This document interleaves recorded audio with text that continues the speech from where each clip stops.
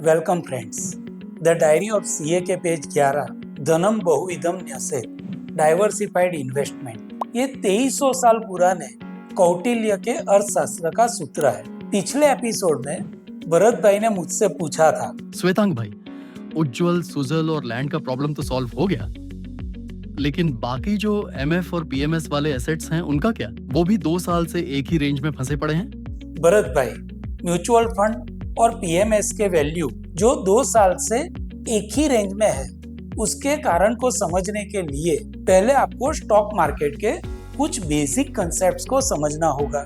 देखिए भरत भाई, stock market में मुख्यतः 3 तरह के ट्रेंड होते हैं। पहला इंक्रीजिंग ट्रेंड, जिसमें बाय करके कमा सकते हैं। दूसरा डिक्रीजिंग ट्रेंड, जिसमें सेल करके कमा सकते हैं, इसे हम शॉर्ट सेलिंग कहते हैं। और तीसरा रेंज बाउंड ट्रेंड, जिसमें जो चीज रेंज के बॉटम में होती है उसे बाय करके और जो टॉप में होती है उसे शॉर्ट सेल करके कमा सकते हैं। श्वेतांग भाई, सेल टू सुना था, पर ये शॉर्ट सेल क्या होता है?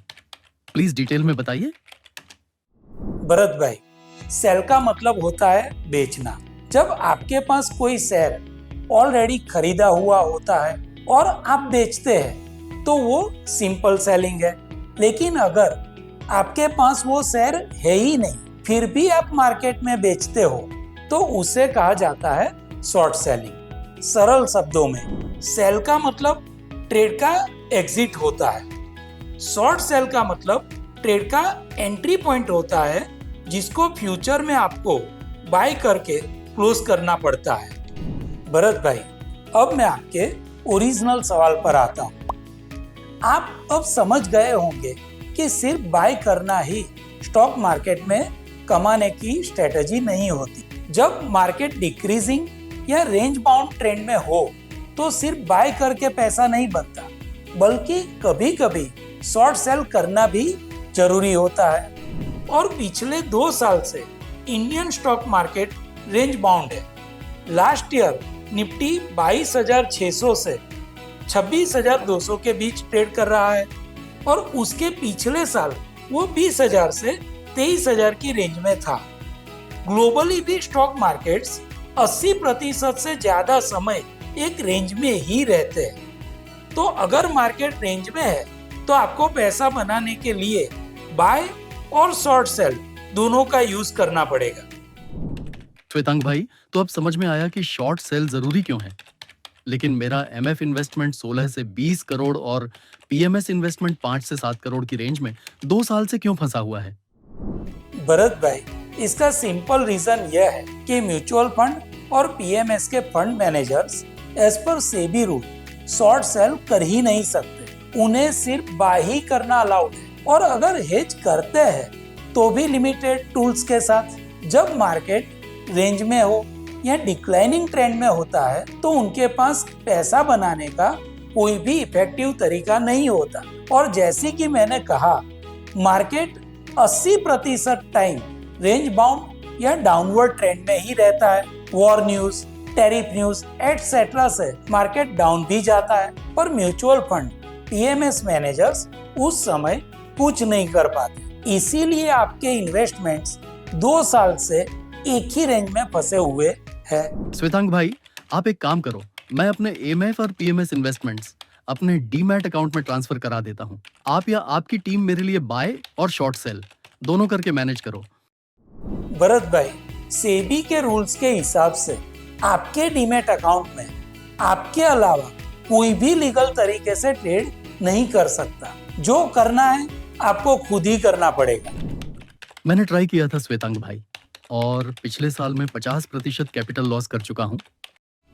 भरत भाई, आप दुखी मत होइए, आप अकेले नहीं हैं। इंडिया के 90% से ज्यादा रिटेल ट्रेडर्स भी खुद से ट्रेड करके लॉस में ही जा रहे हैं। तो श्वेतांग भाई, अब आप बताइए, शॉर्ट सेल के साथ प्रॉफिट कैसे कमाऊं? आपको एआईएफ ऑल्टरनेट इन्वेस्टमेंट फंड का सहारा लेना चाहिए। एआईएफ में हम फंड मैनेजर्स वो सब कर सकते हैं जो आप अपने डीमैट अकाउंट में कर सकते हो, और हम ट्रेंड इन न्यू स्ट्रेटजी अप्लाई कर सकते हैं। ट्रेंड इम्यून स्ट्रेटजी का मतलब ये है कोई भी तरह के ट्रेंड में प्रॉफिट करने वाली सिस्टम। मार्केट चाहे इंक्रीजिंग हो, डिक्रीजिंग हो या रेंज बाउंड, हम बाय और शॉर्ट सेल दोनों यूज करके प्रॉफिट कमा सकते हैं। और यही सही तरीका है स्टॉक मार्केट में कंसिस्टेंट अपॉर्चुनिटी कैप्चर करने का। श्वेतांग भाई, ये बताइए कि आपकी go global with gift movement इसमें कैसे फिट होती है? भरत भाई, बहुत ही इंपॉर्टेंट सवाल है। अगर हम AIF अंडर सेबी रेगुलेशंस बनाते हैं तो हम Indian stock market NSE, BSE में ही इन्वेस्ट और ट्रेड कर सकते हैं। लेकिन अगर आप ग्लोबल स्टॉक मार्केट्स जैसे कि USA, यूरोप, ऑस्ट्रेलिया में इन्वेस्ट ट्रेड करना चाहते हैं तो वो सिर्फ गिफ्ट IFSC बेस्ड AIF के थ्रू ही पॉसिबल है और किसी रास्ते से नहीं हो सकता। तो स्टॉक मार्केट के कॉन्टेक्स्ट में सीधा सा पॉइंट है, you can't go global without gift. पर श्वेतांग भाई, मैं तो देशभक्त हूँ, मैं क्यों दुनिया के स्टॉक मार्केट में इन्वेस्ट करूं जब भारत में ऑप्शंस हैं?